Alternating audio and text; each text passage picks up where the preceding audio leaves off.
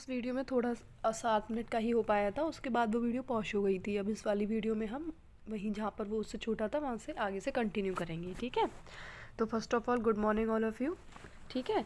तो अब हम पॉजिटिव एनर्जी के साथ अपने इस चैप्टर को स्टार्ट करते हैं।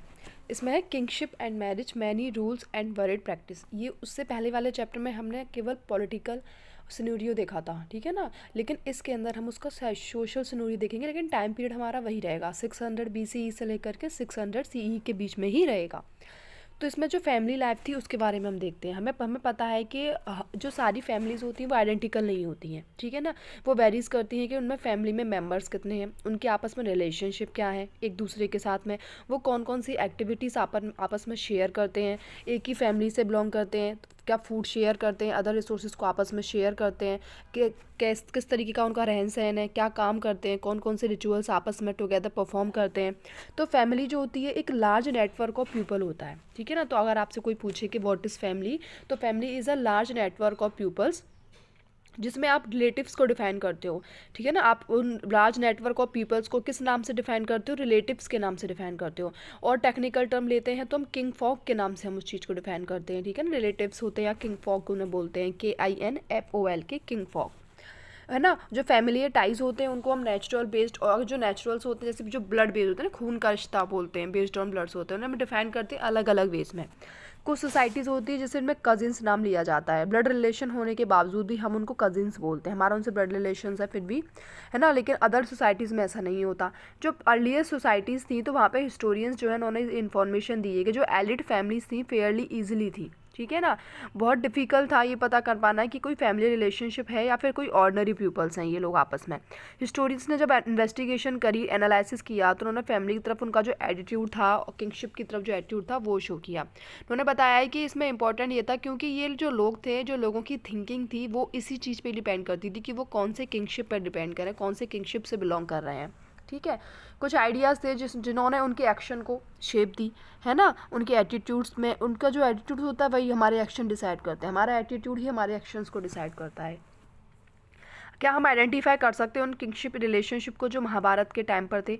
महाभारत एक स्टोरी है जिसके अंदर जो है एक फ्यूड ओवर लैंड, यानी कि दो कजिन्स ग्रुप जो कि ब्लड रिलेशन से थे, उन दो कजिन्स ग्रुप्स के ऊपर लैंड फ्यूड के ऊपर काफ़ी बड़ी लड़ाई हुई थी। और जो दो कजिन्स ग्रुप थे उनमें से एक ग्रुप था कौरव्स, ठीक है ना, इंग्लिश में बोला था कौरवास, और दूसरा था पांडवास। तो कौरवास और पांडवास के बीच में क्या हुआ, वॉर हुआ on the topic of feud of over land, ठीक है।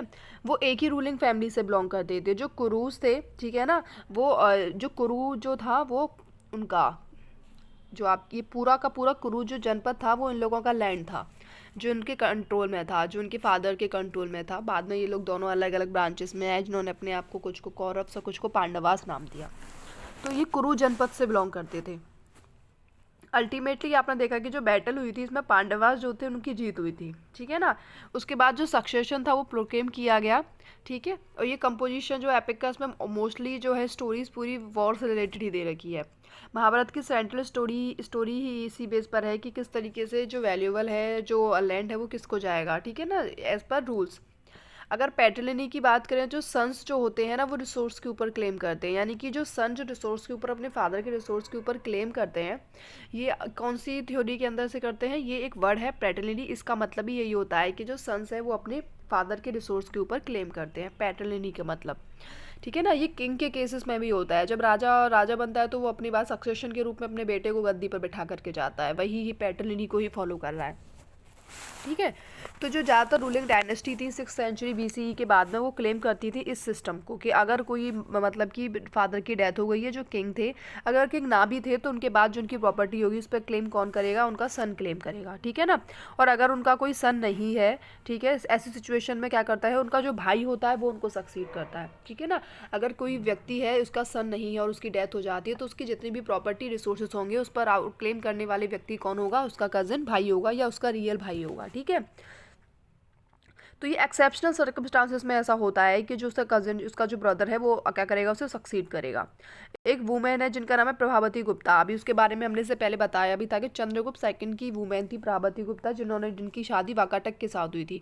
उनकी डेथ होने के बाद में प्रभावती गुप्ता ने उस रूल को थ्रोन किया, तो प्रभावती गुप्ता को चंद्रगुप्त मौर्य की प्रॉपर्टी में से भी पार्ट मिला था, ठीक है। तो कंसर्न ये है कि पैटर्नली जो है वो यूनिक नहीं था इस रूलिंग फैमिलीज़ के अंदर। हमने देखा था कि बहुत सारे मंत्र और रिचुअल्स भी थे पैटर्नली को फॉलो करवाने के लिए। जो फादर होता था बहुत सारे रिचुअल्स करवाता था इस टॉपिक को, इस चीज़ को फॉलो करवाने के लिए। इसका मेंशन ऋग्वेद के अंदर भी है। और एटीट्यूड भी शो किया गया है कि जो वेल्दी मैन है वो किस तरीके से अपने आप का हाई स्टेटस क्लेम करता है ना, जैसे कि ब्राह्मण्स भी अपने आप को हाई स्टेटस क्लेम करते हैं। ये इधर एक मैप दे रखा है, इसमें कुरु और पंचाल रीजन के आसपास के एरियाज दे रखे हैं। ठीक है, देखो ये कुरु एरिया है, कुरु एरिया के आसपास हस्तिनापुर दिख रहा है, इंद्रप्रस्थ जो पुराना दिल्ली का नाम है, हस्तिनापुर, इंद्रप्रस्थ, मथुरा। ठीक है ना, दोनों ही किस पे है, यमुना नदी किनारे। दिल्ली भी आपका यमुना नदी किनारे ही है, तो इंद्रप्रस्थ और यमुना आपका कहाँ है, दिल्ली के किनारे है। उसके नीचे देखो सूरसेन है, विराट है, मत्स्य है, ठीक है, कौशल है, मल्ल है, पावा है, पावापुरी जहाँ पर महावीर जैन की मृत्यु हुई थी, है ना, कुशीनगर जहाँ पे आपके गौतम बुद्ध की मृत्यु हुई थी, लुम्बिनी जहाँ पे गौतम बुद्ध का जन्म हुआ था, कपिलवस्तु ये साक्य गणराज्य है, साक्य गणराज्य के ही थे आपके महावीर बुद्ध।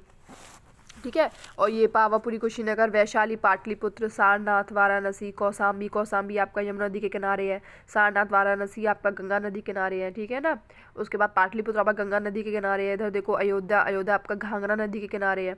तो ये सब इंपॉर्टेंट्स जगह है कुरु पांचाल एरियाज के।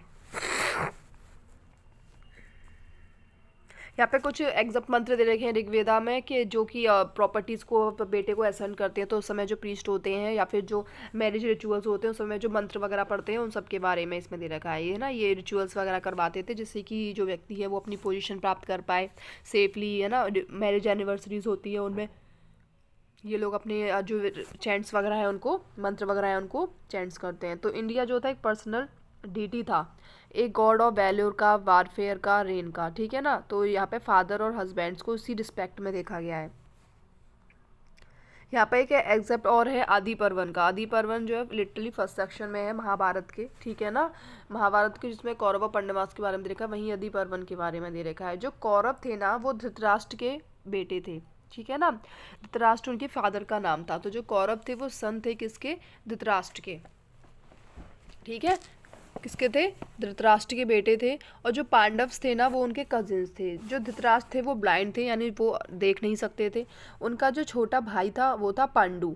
ठीक है, तो यानी कि धृतराष्ट्र जो थे उनके बेटे थे कौरवास, और उनके भाई पांडु जो कि हस्तिनापुर पर रूल करते थे, उन हस्तिनापुर के जो पांडु थे उन पांडुस के जो बेटे थे वो कौन थे, पांडवास। ठीक है, तो किस किस की कहानी हो रही है, ये धृतराष्ट्र की और पांडु की। धृतराष्ट्र के वंश के कौरवस और जो पांडु के वंश के पांडवास हस्तिनापुर में। तो जो उसके बाद में जब पांडु की डेथ हो गई थी तो धृतराष्ट्र जो थे वो किंग बन गए थे। पांडु की डेथ हो गई तो ओवरऑल पूरा एरिया जो पांडु का भी था हस्तिनापुर का, वहाँ पे धृतराष्ट्र क्या बन गए, किंग बन गए। तो रॉयल प्रिंसेस जो थे वो अब यंग हो चुके थे। तो जो प्रिंस थे जैसे जैसे यंग हो रहे थे, जो सिटीजन्स थे हस्तिनापुर के अब वो एक्सप्रेस कर रहे थे कि जो पांडवाज हैं वो क्या होंगे, रूल करेंगे। ठीक है, और क्योंकि वो पांडवाज ज़्यादा कैपेबल भी थे और ज़्यादा वर्चुअस भी थे कौरवास के मुताबिक।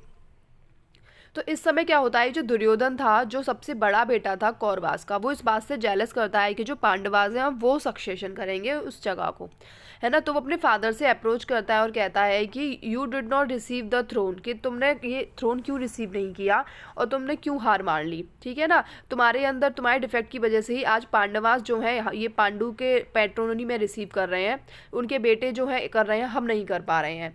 ठीक है, तो उन्होंने इस बात को लेकर के बहुत ज़्यादा इशू क्रिएट करा और एंड में इसी टॉपिक के ऊपर क्या हो जाती है, महाभारत जैसी बहुत बड़ी लड़ाई हो जाती है। इसमें अल्टीमेटली पांडवास को विक्ट्री मिलती है। ठीक है, मैरिज के क्या क्या रूल्स थे, वाइल जो सन होता था वो बहुत इंपॉर्टेंट होता था, आज तक भी बहुत इंपॉर्टेंट होते हैं सन। ठीक है ना, पैटर्लिनेज, और जो डॉटर्स होती हैं, ठीक है, तो इसमें इन्होंने रिसोर्सेज को, अब देखो डॉटर जो होती है उसको रैदर दैनली रिसोर्सेज के ऊपर वो क्लेम नहीं करती है फादर के रिसोर्स के ऊपर। मोस्टली क्लेम्स किसका होता है, मोस्टली क्या ओवरऑल क्लेम्स आपका सन का होता है।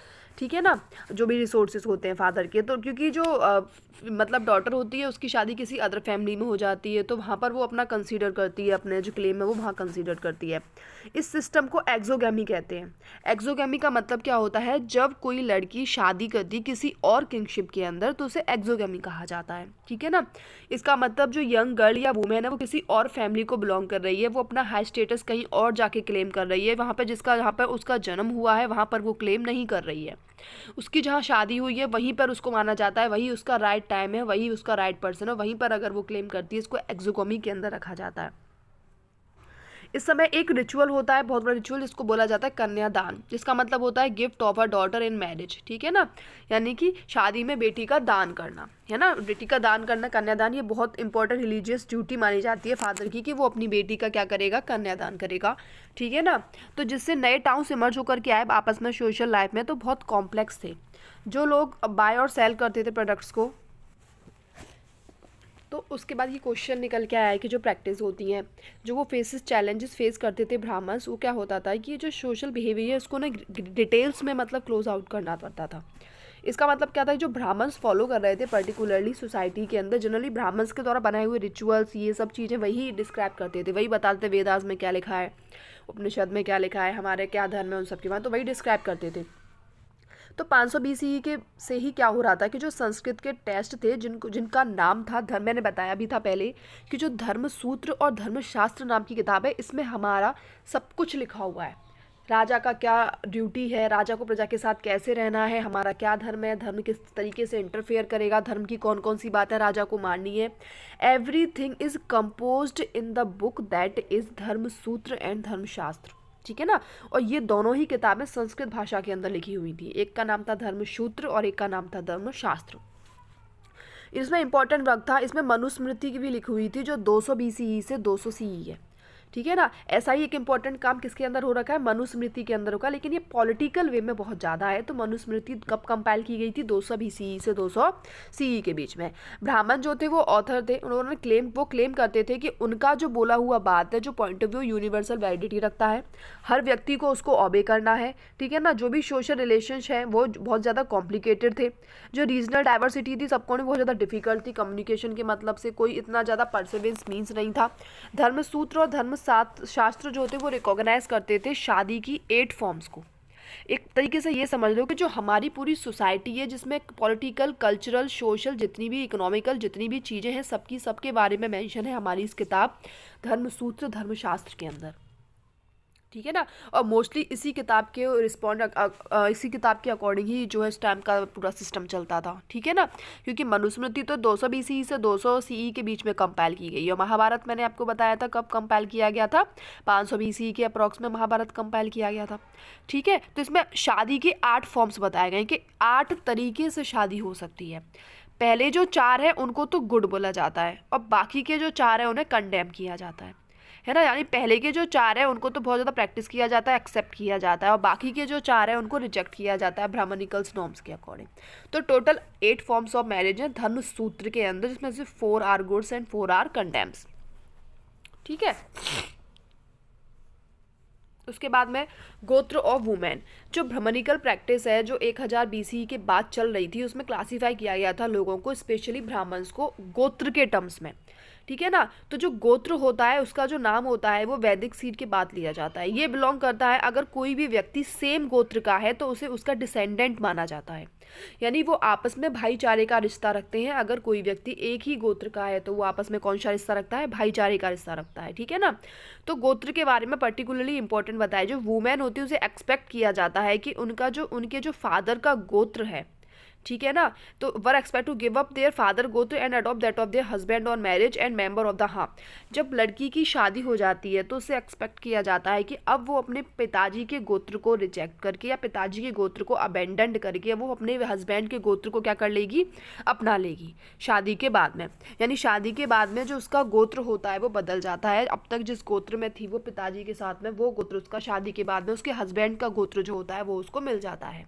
और एक ही गोत्र में शादी करने पर रिस्ट्रिक्शन थे, एक ही गोत्र में शादी नहीं हो सकती थी, क्योंकि सेम गोत्र के लोगों को भाईचारे के रूप में जाना जाता था, ठीक है। तो मैन और वुमेन दोनों को इस मामले में कंसीडर किया गया था कि जो गोत्र का मीन्स है कि ये जो नेम है अवेलेबल है पावरफुल रूलिंग लीनेज से, जैसे कि सातवाहन जिन्होंने वेस्टर्न इंडिया पे यानी डेक्कन पे रूल किया था 2nd BCE से 2nd CE के बीच में, सातवाहन रूल कर रहे थे साउथ इंडिया के डेक्कन वाले पार्ट्स में, ठीक है। तो वहाँ पे बहुत सारे इंस्क्रिप्शन हमें मिले हैं जहाँ पर बहुत सारे फैमिली टाइज, जिनमें मैरिज अलायंस वगैरह के बारे में हमें मेंशन मिला है। कुछ सातवाहन रूलर जो थे वो पॉलीगिनियस थे, यानी जिनकी एक से ज़्यादा वाइफ थी, ठीक है। तो कुछ सातवाहन जो हिंदुई थे, जो सातवाहन जो डेक्कन में रूल कर रहे थे वो पॉलीगोरियस भी थे, क्योंकि उनकी वो एक से ज़्यादा पॉलीगिनस थे जिनकी एक से ज़्यादा वाइफ थी, ठीक है ना। तो जो एग्जामिनेशन हुआ था वुमेन के नेम्स पे, जिन्होंने मैरिड किया था सातवाहन रूलर्स को, उन्होंने इंडिकेट किया था अपने नाम के साथ में अपनी माता के नाम को भी। जैसे कि गौतम एंड वशिष्ठ, तो ये गौतम जो है ये गोत्र का नाम है, वशिष्ठ जो है ये गोत्र का नाम है, इनकी पिताजी का गोत्र है ये, ठीक है ना। लेकिन इसमें क्या आता है, जो हमें मैंने अभी बताया कि जो एडॉप्टिंग नेम्स होता है वो अपने हस्बैंड के गोत्र के हिसाब से ही लेता है, क्योंकि शादी के बाद में जो फीमेल है उसको अपने हस्बैंड के गोत्र को ही मानना पड़ता है, लगाना पड़ता है, ठीक है। तो इनमें से कुछ वुमेन है जो बिलोंग करती हैं सेम गोत्र को, ठीक है। तो जो इसमें क्या है, जो आइडियल था एक्सोगोमी का, जो रिकमेंड करता है ब्राह्मणिकल टेस्ट के अंदर कि it exemplified an alternative practice that of endogamy और marriage within kin. Exogamy इस बात को रिस्ट्रिक्ट करती है कि आप अपने ही उसमें एक गोत्र के अंदर या अपने ही किन ग्रुप के अंदर शादी नहीं कर सकते, आपको शादी अपने किंग ग्रुप से बाहर अनदर ग्रुप के अंदर करनी पड़ेगी। वहीं अगर आप एडोगेमी की बात करेंगे तो एडोगेमी जो होता है वो आपको अपने ही किंग ग्रुप में शादी करने की परमिशन देता है। Endogamy means you can married in within your kin group in your kin groups, ठीक है ना। Exogamy restrict marriage in your kin group, ठीक है। तो ये प्रिवेलेंट था बहुत सारी कम्युनिटी के बीच में, और मोस्टली साउथ इंडिया की कम्युनिटीज थी उनमें एंडोगेमी प्रिवेलेंट था, है ना। कुछ मैरिज थी जो अपने ही किंग फॉक के अंदर शादी कर लेती थी, है ना। इसी वजह से हमने अदर पार्ट्स में सबकॉन्टिनेंट में अलग अलग तरीके की पॉसिबिलिटीज हमने देखी हैं। क्या मदर इंपॉर्टेंट थी, तो सातवाहन रूलर्स के हम अगर हम पढ़ेंगे हम जानेंगे कि yes mother is important part, ठीक है। तो हमने सातवाहन रूलर्स में मेट्रोनिमिक्स देखा है, पेट्रोनिमिक्स की जगह पे वहाँ पर मेट्रोनिमिक्स था, यानी कि जो बच्चा था वो या फिर जो रूलर था वो अपनी माँ से अपना नाम ड्राइव करता था, अपनी मदर के नेम से अपना नाम ड्राइव करता था। इट्स मीन क्या था, मेट्रोनिमिक्स था। ऊपर एक और वर्ड मैंने बोला था वो भी आपको याद रखना है, पॉलीगिनिम्स, ठीक है ना। पॉलीगिनिम्स मतलब more than one wife, okay. और मेट्रोनिमिक्स मतलब क्या है, drive name from that of your mother, तो मेट्रोनिमिक्स था। उन्होंने अपनी मदर को इंपॉर्टेंट बताया, उन्होंने इस कंक्लूजन भी निकाला। सातवाहन में बहुत सारे रूलर्स थे जिन्होंने अपने आप को सक्सेशन किया, तो जनरली पैट्रिनीलियल होता था, यानी कि पापा के बाद में उसका बेटा राजा बनता था, लेकिन जो नाम ड्राइव किया था उन्होंने अपना मदर के नेम से ड्राइव किया था, ठीक है। ये एक बैटल का सीन है, महाभारत की बैटल का सीन है जो टेराकोटा स्कल्पचर के थ्रू दिखाया गया है, और ये उत्तर प्रदेश के अक्षिक्षेत्र के अंदर है 5th सेंचुरी BCE के 5th सेंचुरी CE में। तो 5th सेंचुरी CE में महाभारत का एक सीन है, उस महाभारत के सीन को टेराकोटा के फिगर से सीन किया गया है। कहाँ पर सीन किया गया है, अक्षिक्षेत्र यूपी के अंदर, ठीक है। तो अब देखेंगे हम सोशल डिफरेंसेस क्या क्या थे, ठीक है। तो सोशल डिफरेंसेस हम देखेंगे अब नेक्स्ट वीडियो में, जिसके उस वीडियो उसको करने से पहले हम थोड़ा सा इस वाले पैराग्राफ को करेंगे, और इसमें जो लिखा हुआ है उसको देखो, यहाँ पे लिखा हुआ भी है, राजा गौतमी पुत्र श्री सतकर्णी। तो गौतमी क्या है, उनकी माता का नाम है, और गौतमी के बेटे का नाम क्या है, श्री सतकर्णी। ऐसे राजा वशिष्ठी पुत्र श्री पुल्यमही, राजा गौतमी पुत्र समी श्रीयन या सतकर्णी, राजा माद्री पुत्र स्वामी सक्सेना, राजा वशिष्ठी पुत्र छत्रपान सतकर्णी, राजा हरिति पुत्र विन्हुकदा और चतुकर्मदा सतकर्णी, और राजा गौतमी पुत्र श्री विजया सतकर्णी। तो सबका नाम किससे ड्राइव हो रहा है, सबका नाम ड्राइव हो रहा है अपनी मदर के नेम से। गौतमी पुत्र मतलब सन ऑफ गौतमी, ठीक है ना। ये सातवाहन रूलर्स हैं और उनकी वाइफ हैं। ये रेयर स्कल्पचर डिपिकेशन है, ठीक है ना। बुद्धिस्ट मॉन्क्स भी हैं यहाँ पे, 2nd सेंचुरी BCE का है ये आपका जो आपकी पिक्चर है। ये देखो, ये आपका बृहद्रनायक उपनिषद में से जो कि अर्लीस्ट उपनिषद माना जाता है। इसमें जो सक्सेशन जनरेशन है उसमें टीचर, स्टूडेंट और बहुत सारे लोगों को बताया गया है मेट्रोनिमिक्स के रूप में, कि उन्होंने अपनी मदर के नेम से अपने आप को डिराइव करा है, ठीक है। तो ये उपनिषद के अंदर भी मेंशन है मेट्रोनिमिक्स जो है आपका। कौन से उपनिषद के अंदर मेंशन है, ये आपका उपनिषद के अंदर मेंशन है बृहद्रनायक, ठीक है। तो बृहद्रनायक उपनिषद के अंदर मेंशन है। ये महाभारत में है कि जो वार हो रहा था कौरव और पांडवास के बीच में, जो कि इनएविटेबल था, तो गंधारी जो थी उन्होंने सबसे लास्ट अपील करी थी अपने सबसे बड़े बेटे दुर्योधन के साथ में। तो दुर्योधन या फिर उनके ब्रदर्स की जो मदर का नाम क्या था, गांधारी नाम था, ठीक है, गंधारी, उसके बारे में बताया गया। उन्होंने अपने बेटे को समझाने की कोशिश करी थी कि बेटा दुश्मन बनाना और ये अर्थ पे अगर आप हैप्पीली रहना चाहते हो तो लड़ाई झगड़ा नहीं करना है ना। हमारे वो जो बेटे हैं वो वाइज और हीरोइक पांडवास हैं, अच्छा नहीं होगा वार करना, ये हमारे धर्म के खिलाफ है ना, कि हम अपने प्रॉफिट के लिए वर्क करें, इससे खुशी नहीं मिलेगी। इस तरीके से उन्होंने बेटे को लास्ट बार समझाने की कोशिश करी थी, लेकिन बेटे की बुद्धि में कुछ भी नहीं घुसा, उसने युद्ध को इनएविटेबल कर दिया।